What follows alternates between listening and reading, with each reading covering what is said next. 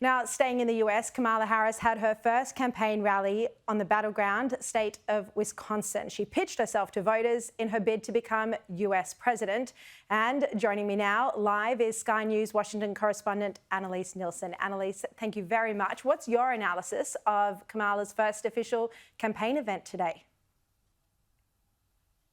Look, she's hit the ground running and the response so far has been good, but there's a long way to go. And she's riding on some momentum, especially with these new fundraising figures coming in that she's raised.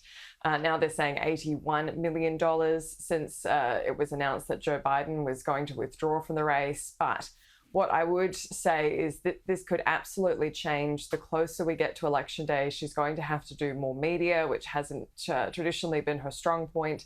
And this is going to be also something where we have to focus on how the debates go. Donald Trump's now said he'll do as many debates as she wants. There should be at least one more, but he wants at least two more.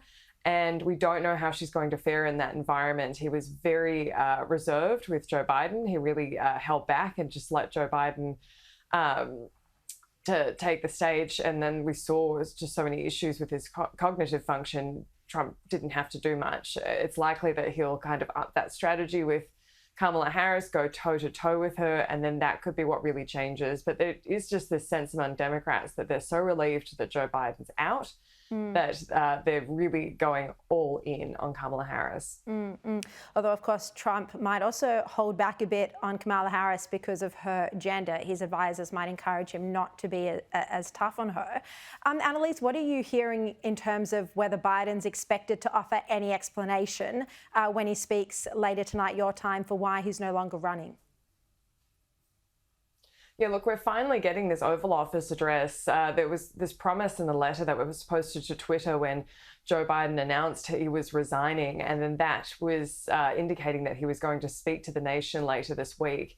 What I think we'll try to emphasize is that he's not a lame duck, because he is very much a lame duck now. Everyone knows he's on the way out. He's got 6 months left. Remember, in the US, you do formally hand over on January 20. So that's a few months after Election Day. There's still that transition period.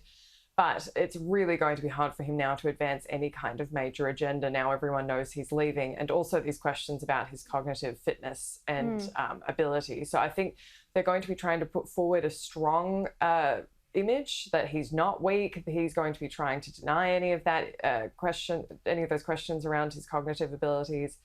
But frankly, it's just well overdue. The fact we haven't heard from him or seen him since this major announcement, the fact we only got to glimpse him walking down the stairs yesterday after this COVID diagnosis, it really is shocking when you consider when LBJ withdrew from the race, when Richard Nixon resigned.